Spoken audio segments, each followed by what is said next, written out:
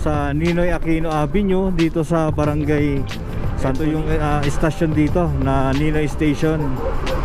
Total naman ito po ay, so yan yung itsura nya. Diretso pa rin yung kanilang trabaho. So konti na lang mabubuo na pala to eh. Para nya.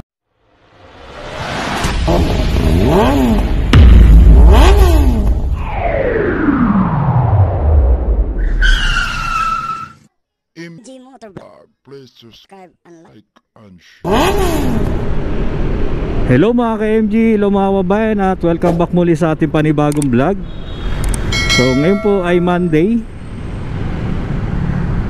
Alright. So mag-update na naman po tayo ng istasyon. So ikutin natin mula rito sa Airport Road ay pupuntahan natin itong Mia Station dito sa Barangay Tambo, dyan sa may intersection,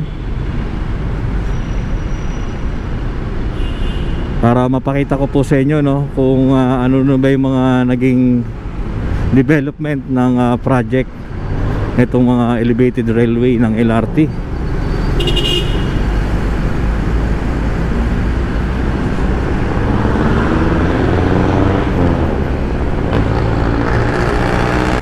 Yan, akit tayo rito sa footbridge para matanaw natin dito yung pinaka-istasyon. So sa ngayon ay ito, hindi pa rin ito nakakatawid dahil nga sa pagko-construction ng project. Hanggang ngayon ay putol pa rin. Ayan, nagtatayo na sila ng second floor na to para sa mga istasyon. Dito yung Mia Station at ito yung Ross Boulevard papuntang Dan. Gusto niyo papuntang Manila Bay at ito yung intersection. So papuntang Okada. At dito yung Cavitex. Yan, mga Patambo.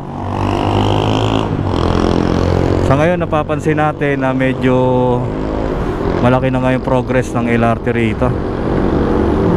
Halos kulang na lang buhusan yan. Naglalagay na rin sila ng mga bakal sa ibabaw niyan. So sa ground niyan ay na-update natin may mga buhos na. Pupuntahan naman natin yung Redemptorist. So ayun napakita ko po sa inyo yung Mia Station. At pabaybayin po natin itong kahabaan ng Roas Boulevard para makapunta naman tayo dito sa next nating target na i-update itong Redemptorist. Kaya samahan nyo lang po ako sa aking update ngayong araw ng Monday. Halos makikita natin na medyo na talaga, medyo agaran na talagang nila tinatrabaho itong bawat istasyon. So may makikita na tayong mga kable. So yun, may mga lagayan na ng kuryente pala. May mga poste na rin ng kuryente dyan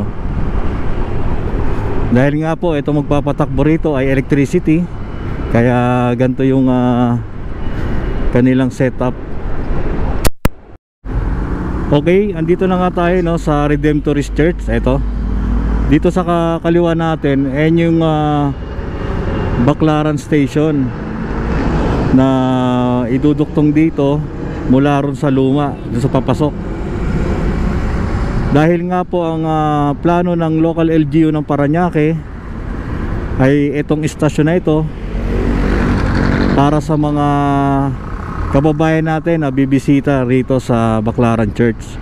Ayan, kaya nga po maglalagay sila ng istasyon dito at tatawid dito nang sa ganon yung mga kababayan natin na namamasyal, namimili at nagsisimba rito sa Baclaran Church ay tuloy-tuloy po sila Yan, so sa ngayon dito yan, ang pagkakalam ko dito tsaka ito May ginagawa rin dito yung flea market. So dun yun, yung project ng Parañaque. Kaya ikot tayo guys para mapakita ko po sa inyo. At matanaw natin yung project.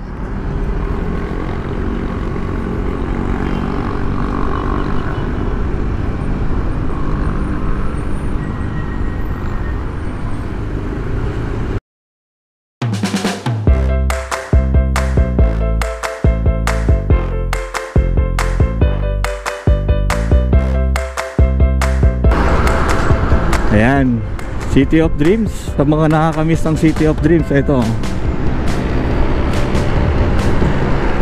Alam ko maraming mga kababayan natin nanonood dyan sa abroad na nakakamiss na ng Pilipinas. Kaya nga po ito, no, parang tinutur ko na rin kayo sa ating pagmamotovlog para makita nyo gaya nito, mga gintong gusali rito.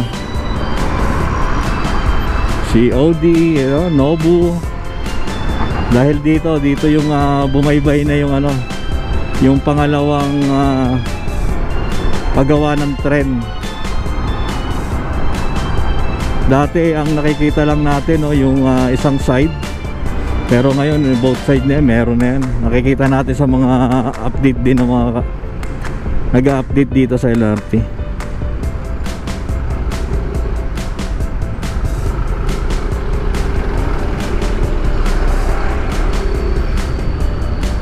Hold it.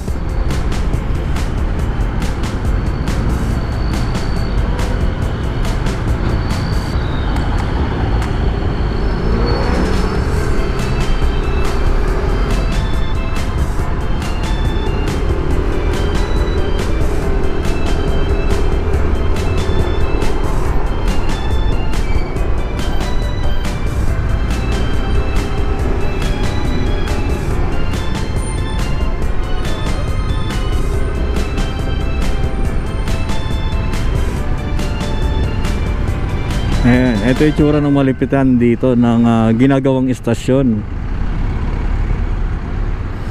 So bawal tayo makalapit dyan. Ikot na lang tayo guys. So punta tayo sa sa kabila naman.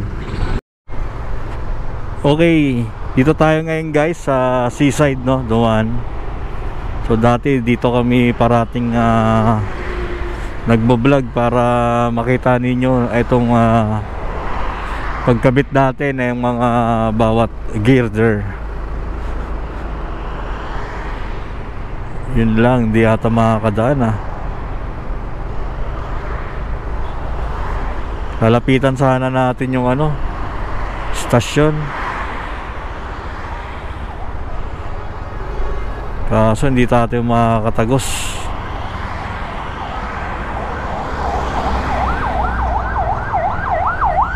Yun lang, barado nga.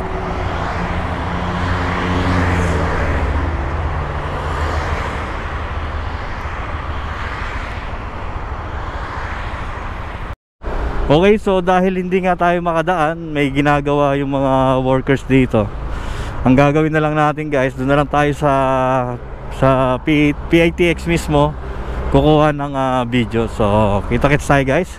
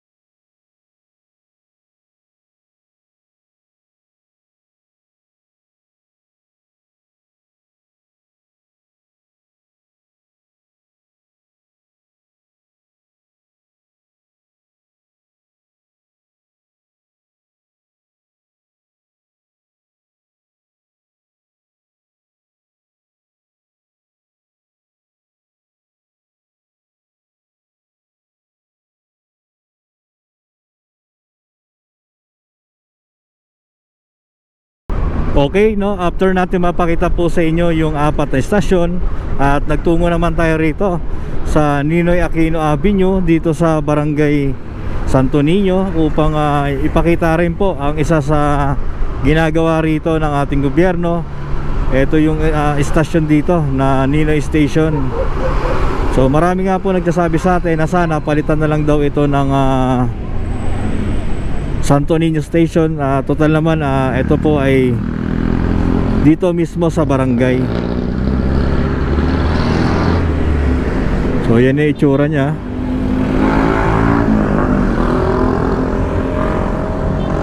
Pati sa kabila dire-diretso pa rin yung kanilang trabaho.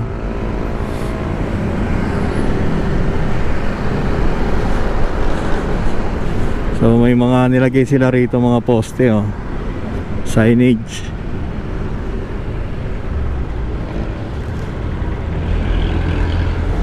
So konti na lang mabubuo na pala to eh. Konti na lang bubuhusan na nila ito. Itong Ninoy Aquino Station. Dito sa kabila tuloy-tuloy pa rin yung trabaho. Yun. So sa ngayon hanggang dito na lang po muna ating update sa ginagawang LRT Line 1 Cavite Extension dito pa rin po sa lungsod ng Parañaque. Kita-kits po tayo sa next vlog at stay safe po sa inyo lahat. Sa mapagpalang araw po. God bless. Ingat po mga kababayan at peace out.